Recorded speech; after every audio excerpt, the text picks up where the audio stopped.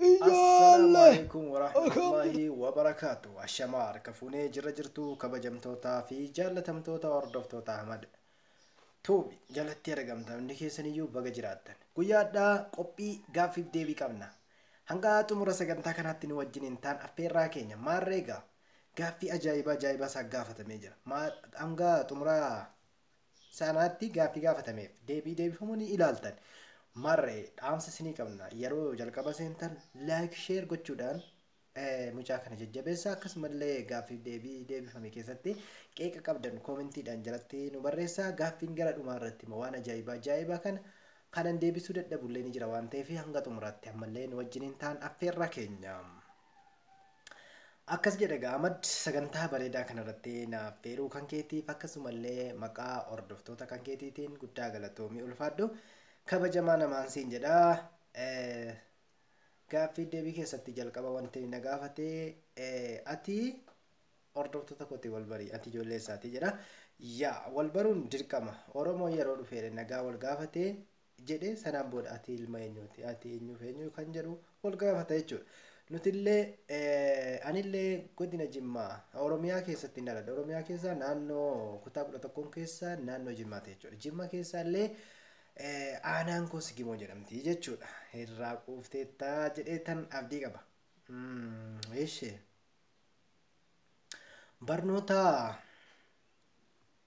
barnoota akkamitti baratte hanga kutaa meeqa? Barnoota akka itti baradhee jedhee kubbaa taphataa kalas akka nama makiinaadha yookaan baasaa isa jedhan sana yookaan jechuun saayikilitti dhumayyuu hin arganne lukuma kootii dandeeme barataa ture. Garuu manni barumsaati manni keenya daqiiqaa 15 yoo jabaate waan akkasiitti nutti dhiyoodha waan ta'eef kanaafuu achirratti baranne jechuudha. Barnoota hanga kutaa 8 gara 9 waraqaa fudhadhee takka jalqabuudhaaf yaaleen ture naan milkoofne achumaan hin dhiise gara imala biraa jalqabe jechuudha. Hayyee elementarii fixe jechuudha. Eeshi gaaffii sadaffaarra geenye jirra. Ammallee amma xumura sagantaatti nu wajjiniin ta'an affeerraa keenya. Eeshi sababni biyya ormaa deemteef maalii nuuf ibsi akkasumallee yeroo biyya ormaa deemtu maaltu si mudate kan jedhudha. Sababan biyya ormaa deeme asirratti ibsi baay'ee barbaachisaadha. Sababan biyya ormaa deemee fi inni guddaan biyya ormaa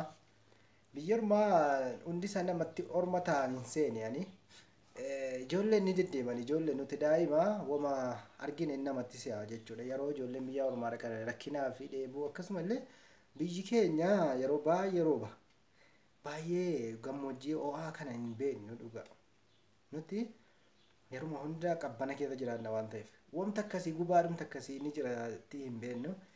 Walaa kenna hoo yeroo nuti biyya baanu ijoolleen biyya ormaatti akkasitti maallaqni argatamaa biyya rakkanaa biyyi kun rakkina waan adda addaa jedhan nutti fakkeessan ijoollee warri dhaqanii dhufan illee nuti yeroo nuti ijaan ilaallu babbareedanii dhufu kalas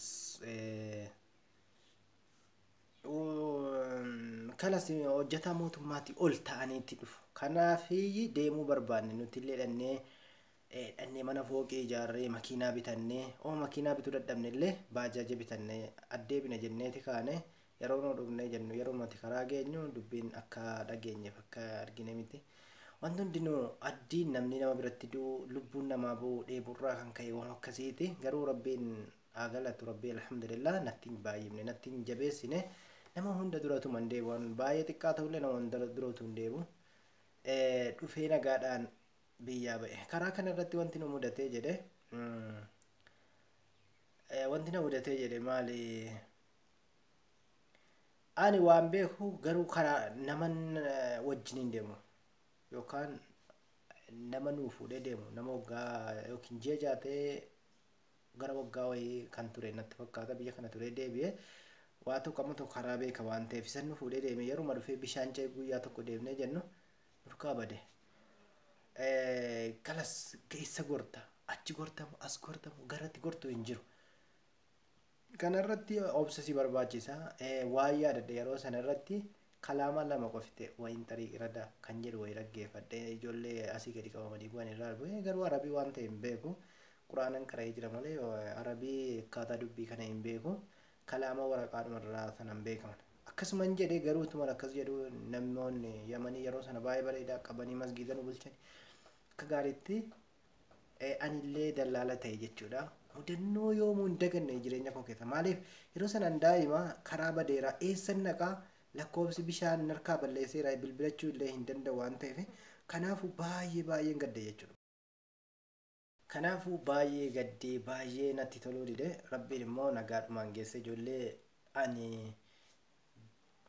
dibsii 20 dura biyyatti argee jedhe dhaqeedhuma argee jechuudha. Sanaan booda illee hin turre jechuudha hin dalagaa galee silaa kanan turin taa'ee jedhu lakkoofsa kanan argadhee jedhu takkatti ol ba'u silaa bakka dalagaa galu lakkoofsi waan na duraa badee fi dalagatanii biyya bilbilaa lakkoofsa fudhachuun dirqama ta'e kanatu na mudate jechuudha. Eegan dalagadhee lakkoofsa argadhee jedhee sanaan booda illee nama na fuudhullee barbaaduun waggaa tokko narratti fudhate jechuudha.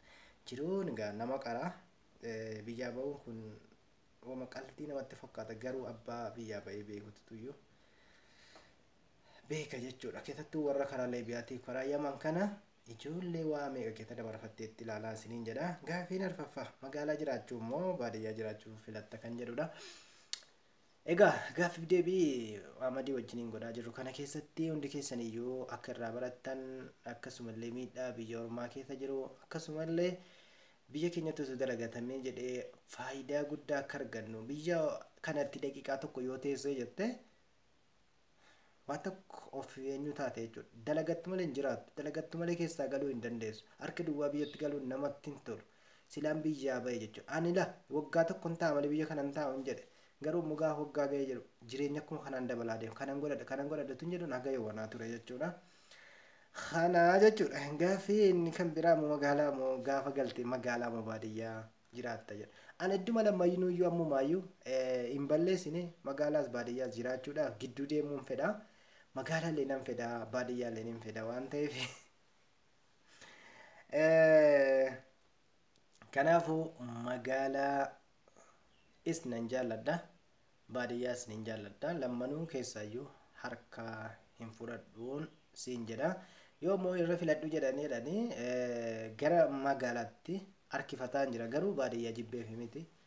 Nuti warroonni biyyaa jirru kun wantoota adda addaa ilaaluu barbaadna shabakaan nama rakkisa waan ta'eef kanaaf jedheeti malee wanti hundinuu magaalaa keessatti baadiyyaa keessatti daraaree dammaaf argitanii jirtan ustaadonni keenya waan jarri jedhaa jiranu naannoo keenya bakka dhaloota keenya dhaqan ishee amiin deengadda argitanii turtanii baay'ee isaa namatti tola jechuudha. Magariitu baay'ee das jettuudha.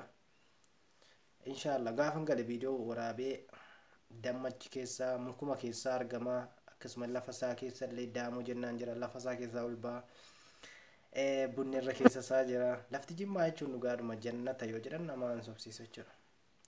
Gaaffii shanaffaa osoo torban tokkoo carraa biyya bulchuu argatte torban tokko natti xiqqeessitee Ahmad billaalee wagguma shaniin jettu. Maal Ahmad maaluman si godhe torban tokko jedhee bara torban tokko maaliin godha gaardii koo sekuriitii koon bareechamu karoora biyya bulchuun bareedamu torban tokko ishee hanga sanatti torbanuma tokkotti ishiitti fayyadamuudhaaf wantan godhu jalqabaa sekuriitii kan koo yookaan gaardii kan koo shamarraniin ofitti naannessa shamarran babbareedduu kana naannesseen gaardii koon godhadha jechuudha. Shamarran nama biraan godhadha kan biraa seeraan baasa nageenya labsa wal jaalladhaa jaalala nageenya kalas wanti hundi nageenya yoo jiraatu ta'e jedhee dalagatta jiraatta biyyi illee diinagdeensi guddina keessatti kan isiin saffiftu yoo nageenyi jiraate nageenyi hin jiru taanaan wanti tokkoyyuu bu'aan qabu dalagattullee kanaafuu waan nageenya irratti hojjedha. Amantaan hundinuu akka wal qixaan deemu hundinuu amantaa ofii akka geggeeffatu amantaa walii keessa akka quban keenya irratti hojjedha. Nageenyuma kalas nageenyuma irratti hojjedha jedha. Tun biyya tokko bulchuu jalqaba kanan godhu garuu gaardii kan koo shamarran godhachuudhaan jedha. Gara qabxii gaaffii ja'affaarra geenyerra. gara fuulduraatti maal ta'uu barbaadda yookaan maal hojjechuu barbaadda kan jedhuudhaaf gara fuulduraatti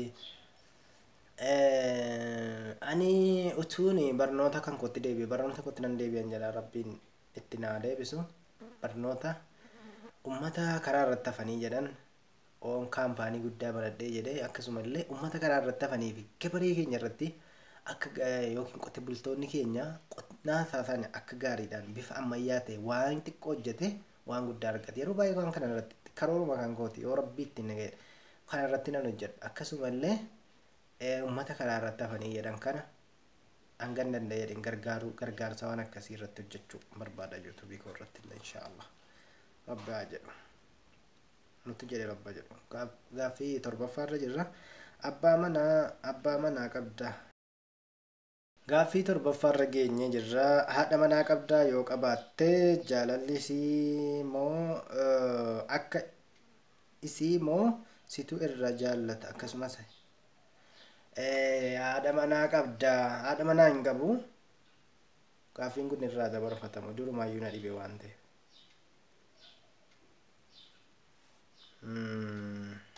hin qabu jaalala sin beekon miskiin gaaffii 8ffaarra geenye jirra wallistoota yeroo ammaa kana keessa dinqisiifattu eenyu sirba isaa nuuf jedhime sirba hin jaalladhu wallistoota keessa tokkoffaa kanani dinqisiifadhe eenyuun beektanii Galana Gaaromsaati achumaan illee bulloodha kana walagarree jirra sanii jedha barcuma kaa'ee alangeerra kaa'ee eetoo fuuldura kaa'ee jechuunis waan baay'ee ibsa wal argarree jirra walis arguus jirra wal argineerra dhugaadha wal argineerra kunoo rabbiin akka inni jedhe nu baasee illee jawaarii wal argine bulloon garmaamu tolaamaa mana hidhaa oolaa rooba bubbisee buusee bakakka kanillee kan geetaawwan kunillee baay'ee namatti jedha jawaarii kan sirbaa ajaa'ibaati akkasii jechuu kooti gaa itti bohaartanii ture abdiin qaba osoo carraa biyya biraa deemuu si qabe biyya kam deemuu barbaadda minisootaa takkattu nima minisootaa tana irratti bu'aan baay'ee minisootaa yookaan immoo jaarmaanii tana na hawwisiisa biyya waan feete kala dalagachuu baattus jiraattu barachuu baattus jiraattu waan ta'eef biyya dimokiraasiiti nan fedha nafeesisa jedhana warra jirtan na fuudha nafeesise minisootaadha firaan qabu naman beeku na fuudha achitti gara eenyuti illee jarrabdootii fi yahyaa sun illee tu jedhaniidhaan nu fuudhu ammasumallee madda walaabuullee achirraa jarra hojii nuunu wajjin jira waan ta'eef ayye rabbiin nu alaafisu bakka gaarii rabbiin waa kaa'u siniin jedha Ahmad Oromee akkamitti ibsita gaaffii kurnaffaarra geenyerra Ahmad Oromee akkamitti na ibsita yookaan nama akkamitti Ahmad nama kokkolfaadhuma deddeemuu nama sisseeqatu nama hundaaf walii galu Ahmad kuni kan nuti dhaabnuuf waan nuti gorsinu fuudhii Ahmadii biyya Dubaayitti fuudhii sargii kee arguu feenee jirra mucaa kan kee arguu feenee jirra biyya iqaamaa qabda maaltu si rakkise wanti hundinuu numa guuta fuudha kan kee hawwinee jirra kanasi gorsina yoo wanti hundinuu